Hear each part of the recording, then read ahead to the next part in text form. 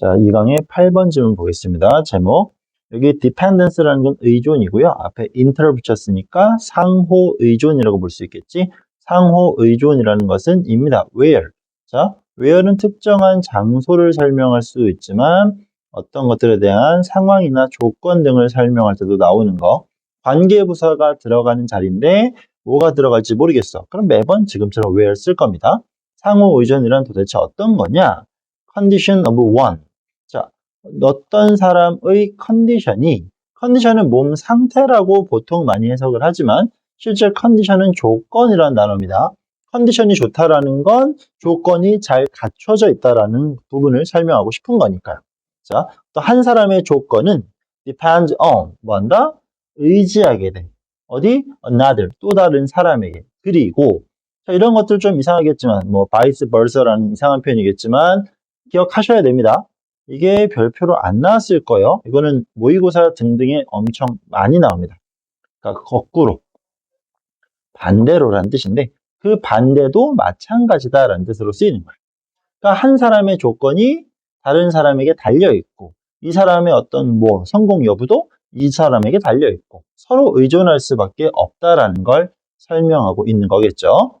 자, simply put, 그냥 간단히 두면, 간단히 말해서라는 얘기겠죠. interdependence, 이 상호 의존이라는 것은 means, 동사 의미합니다. 이건 당연히 체크해야죠. mutual, 서로 간의, 상호 간의 의존을 말합니다. 그 앞에 나왔던 interdependence를 쉽게 풀어 쓴 게 mutual dependence가 될 수 있겠죠.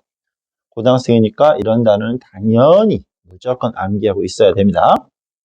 자, 다음 거 이어서 갑시다.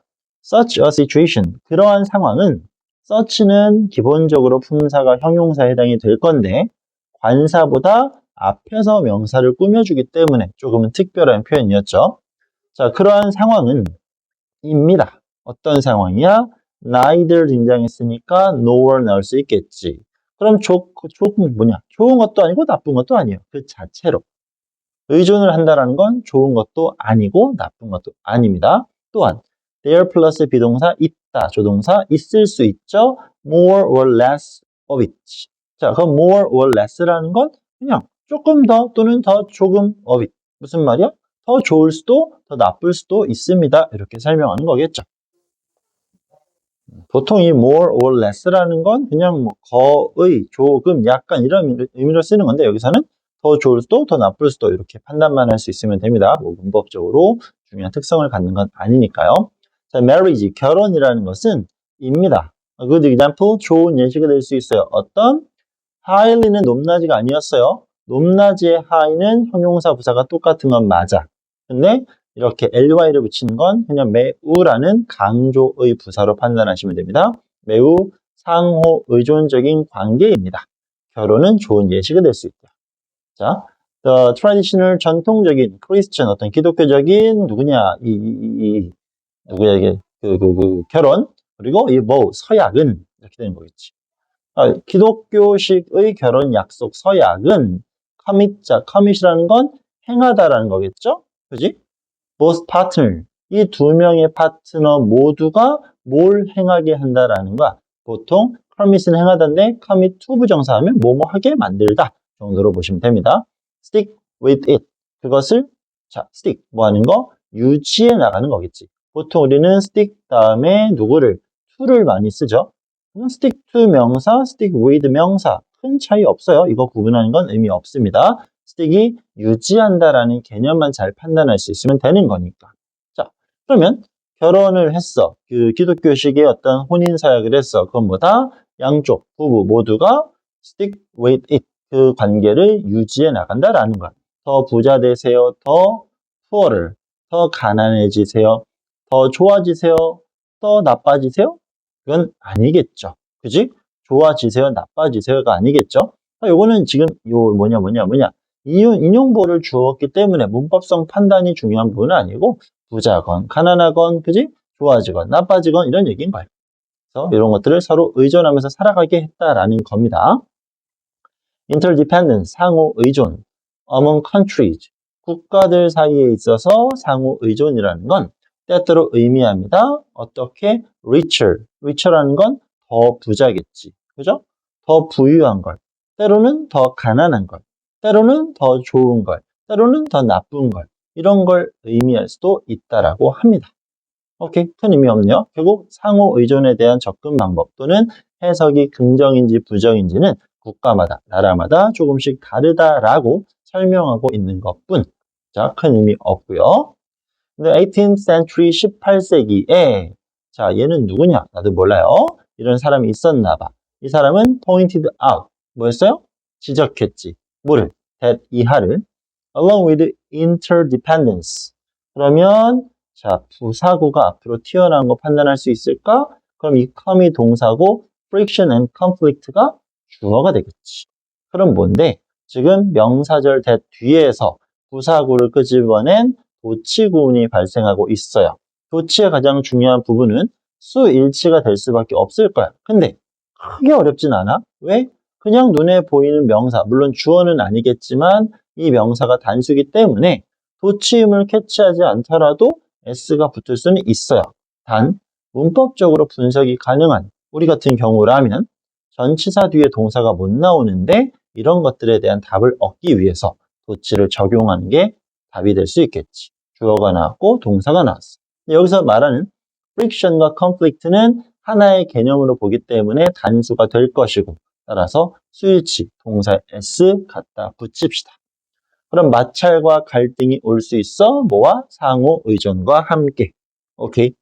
그래서 부정적인 측면이 될 수 있음을 설명해주고 있습니다. His solution, 그가 제시한 해결책은 이었어. 뭐였어? Isolation, 고립과 separation, 분리야.